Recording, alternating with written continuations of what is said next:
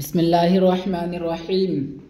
بسم اللہ الرحمن الرحیم۔ خلافت اور حکومت۔ خلافت اور حکومت یہ دو چیزیں اسلام میں ایک بہت عظیم ذمہ داری کا نام ہے، بہت اہم کارنامے کا نام ہے، خلافت اور حکومت۔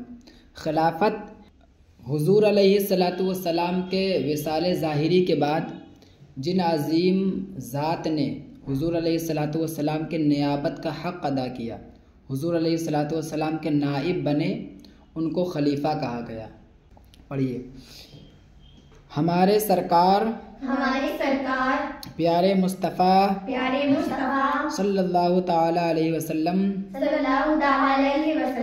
12 ربیع الاول مطابق 20 اپریل 571 عیسوی کو دوشنبہ کے دن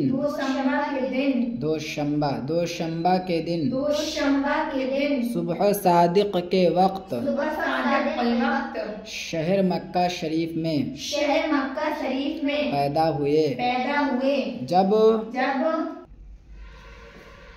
40 سال کی عمر مبارک ہوئی اور سرکار صلی اللہ تعالی علیہ وسلم پر قرآن مجید نازل ہونا شروع ہوا تو سرکار نے پہلے اپنے خاص لوگوں کو اپنے نبی ہونے کے بارے میں آگاہ فرمایا۔ 3 برس تک اسلام کی خفیہ تبلیغ کی، پھر عام لوگوں کے مجمع میں اپنی نبوت کا اعلان فرمایا۔ 13 برس تک مکہ شریف اور آس پاس کے قبیلوں میں اسلام کی اشاعت کرتے رہے۔ پھر 53 سال کی عمر شریف میں سرکار نے تبلیغ اسلام کی خاطر مکہ سے ہجرت کی اور مدینہ تشریف لائے۔ سرکار کے ہجرت سے پہلے ہی مدینہ کے بہت سے لوگ مسلمان ہو کر سرکار کی غلامی میں داخل ہو چکے تھے۔ جب سرکار مدینہ پہنچے تو ان کی خوشی کا کوئی ٹھکانہ نہ رہا۔ انہوں نے سرکار کے قدموں پر اپنی آنکھیں بچھا دیں۔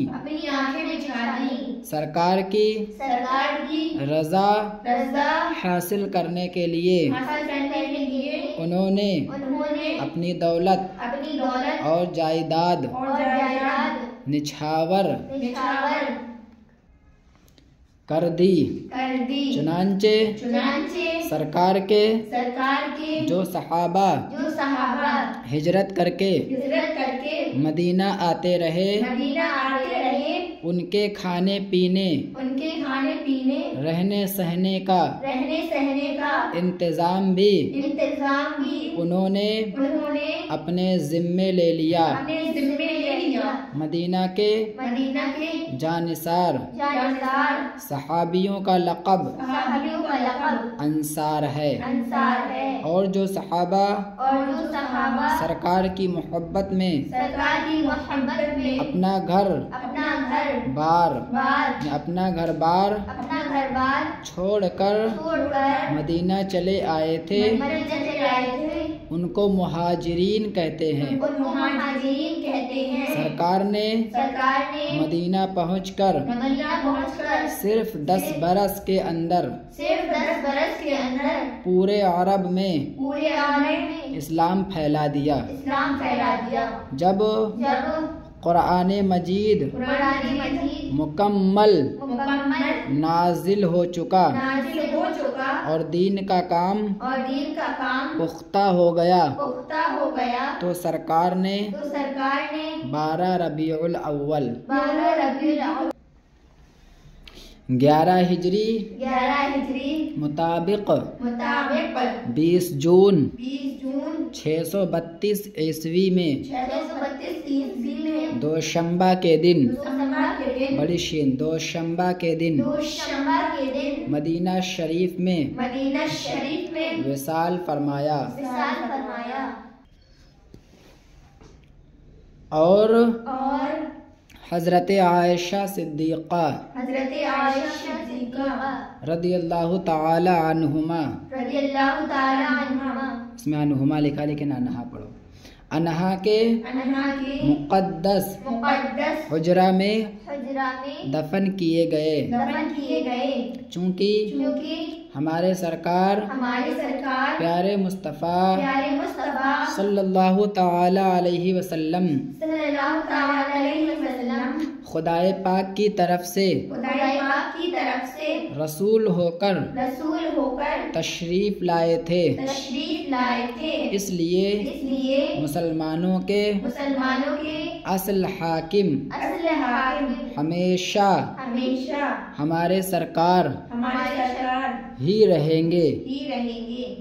لیکن جب سرکار نے اس دنیا سے پردہ فرما لیا تو اس بات کی سخت ضرورت پیش آئی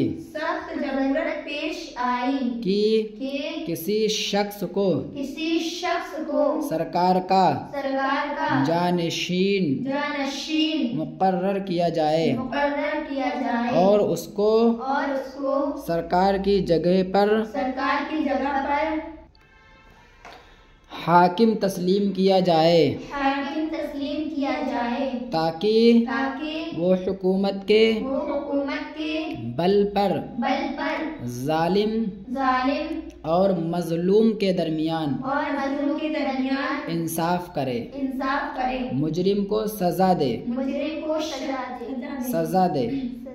چھوٹی سین سے سزا دے، لوگوں کے جھگڑوں کا فیصلہ کرے، کافروں سے جہاد کے لیے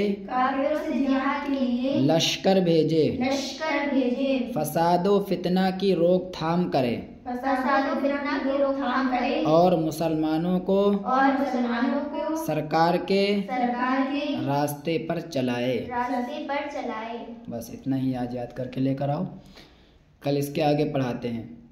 یعنی ایک حاکم کی ضرورت پڑی جو حضور کا جانشین بنے، حضور کے تخت پر بیٹھے، اور اصل حکومت ہمیشہ دین اسلام کے اصل حکومت حضور علیہ الصلوۃ والسلام کے قبضے قدرت میں ہی رہے گی، لیکن ظاہری طور پر کوئی ایک حاکم کی ضرورت پڑی تو وہ حاکم کون بنا اور وہ کون خلیفہ بنا جو سرکار کا جانشین ہوا، یہ انشاءاللہ تعالی کل کے سبق میں آئے گا۔ تو ناظرین سے میرا ایک سوال یہ ہے کہ آپ کمنٹ باکس میں یہ بتائیں کہ سرکار کے سب سے پہلے خلیفہ جو ہوئے تھے وہ کون تھے، ان کا نام کیا ہے، ان کا لقب کیا ہے، آپ یہ بتائیں۔